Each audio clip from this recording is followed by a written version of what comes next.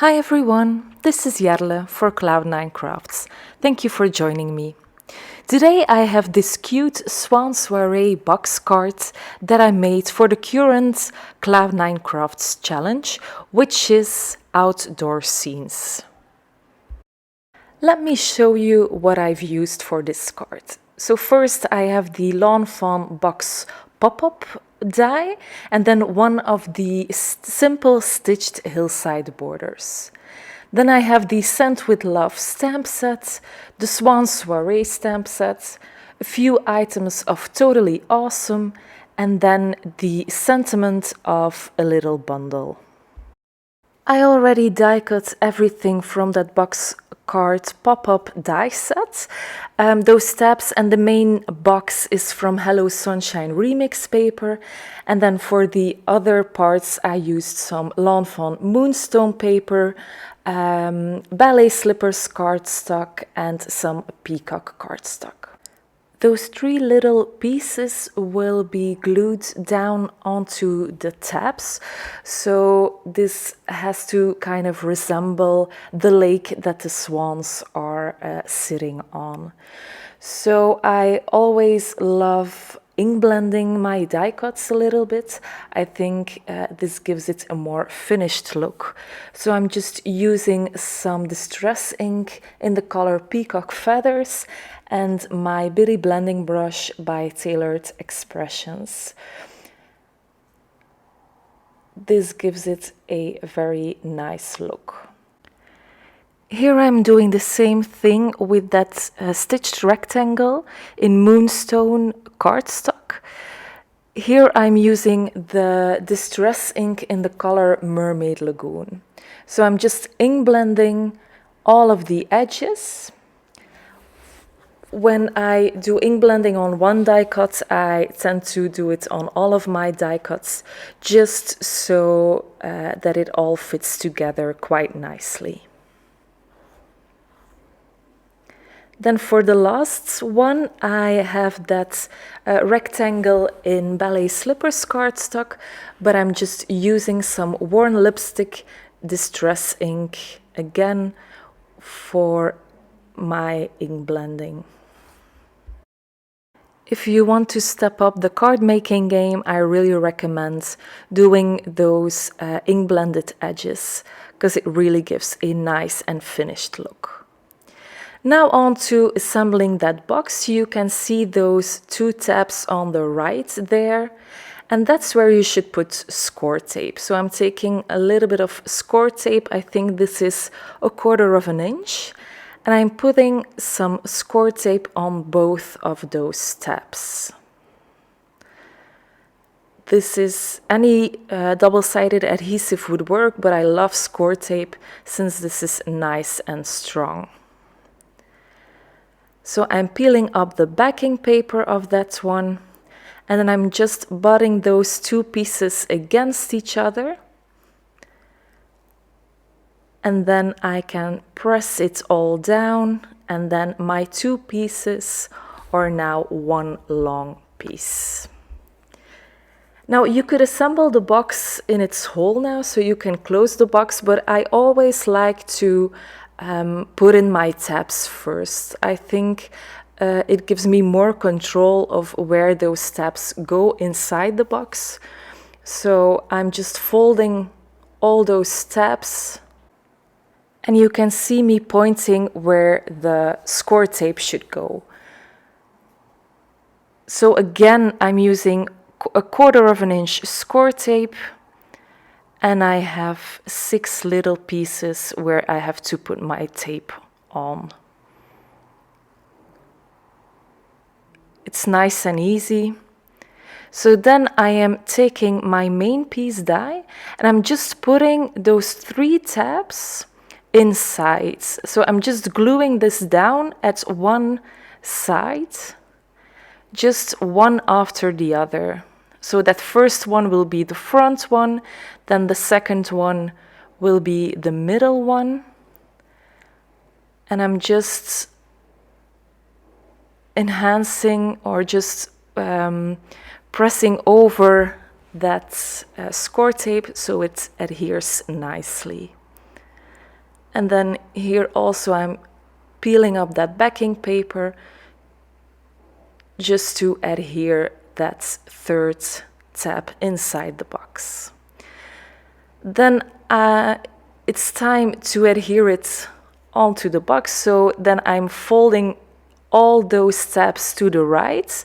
I'm peeling up the backing paper and then I'm closing the box. There where I'm pressing, that's where it adheres. And then it's time to close the box, so I'm adhering that backing paper on that main box piece. And now I can close it down. And this always works out. So I always find it easier to put in my tabs and then close the box in its hole. So now I am gluing down my background there, and then my little tab, so that's lake, I should say, I'm putting this down on top of those main tab pieces. I'm just gluing down the bottom edge, since it's only the bottom that will be adhered on those tabs. Now I did find it a little bit dull at this point, so I went and die cut two of those side pieces with that main box die.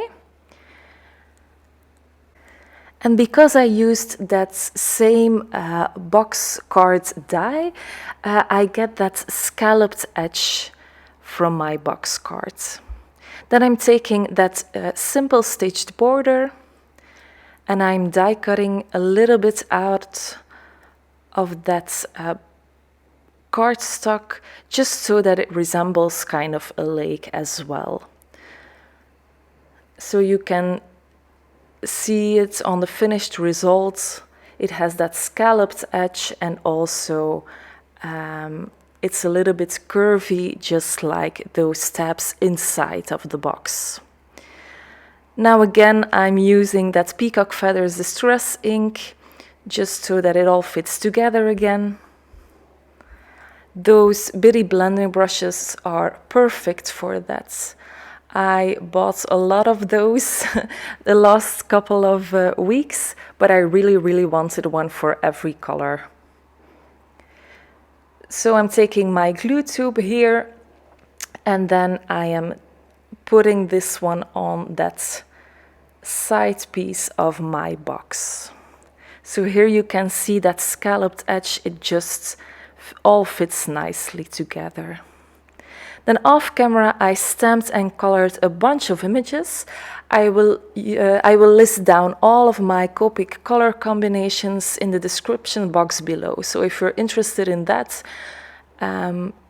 you can find it in the description box.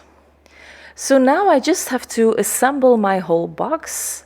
Here I'm taking that heartstring from the Sent with Love stamp set, and I am adhering this straight down onto my background.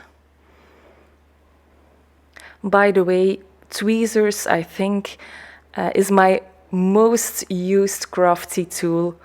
I think I use it on every card that I make. So I'm putting down that crown on one of the swans, and then those flowers, or the flower crown, on the girly one. So first I'm adhering everything off of my box before putting it all inside of my box. This is my favorite part of card making. Just assembling everything, gluing down everything, and just seeing everything come together. I really love this process. I also think this Swan Soirée stamp set is my most used stamp set and my favorite stamp set of all times. I have used it for baby cards, also for Mother's Day cards, for wedding cards. this is really a fantastic stamp set for multiple occasions. I did stamp and color lots of images so that I could fill up my box nicely, and I can also put some images on those two side flaps there. As you can see, when I'm adhering those images with my liquid glue, I always try to press it down very firmly with my tweezers so that it adheres nicely to that tab inside the box. Because if you let it go too soon, it might not adhere as good as you want it to be. And I think this finishes off my assembling. So I can move on to stamping the sentiment. I will be heat embossing this.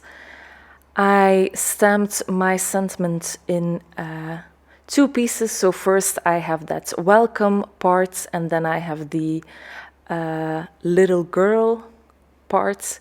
So I'm prepping my rectangle there with some anti-static embossing tool, and then I'm stamping the first part of the sentiment, which is the welcome, in Versamark ink, and then I am sprinkling on some white embossing powder on top of that stamped sentiment. It's always important to tap off any of that excess embossing powder. Here I'm just doing the second part of the sentiment, and then I am heat setting everything off camera. So I can glue this sentiment down using a little bit of liquid glue again. My cardstock was a little bit warped because I didn't heat up my heat gun enough before going onto the paper. So I put lots of liquid glue on that piece, and then I can adhere it nicely onto that front piece of the box. For the finishing touch, I have a little bit of grass there. I thought this would be perfect. This finishes up the card for today. I had so much fun making this little box using my favorite stamp set of all time. Thank you so much for watching. If you like this content, please consider subscribing to this channel and giving this video a thumbs up. Thank you very much, and I will see you again soon. Bye!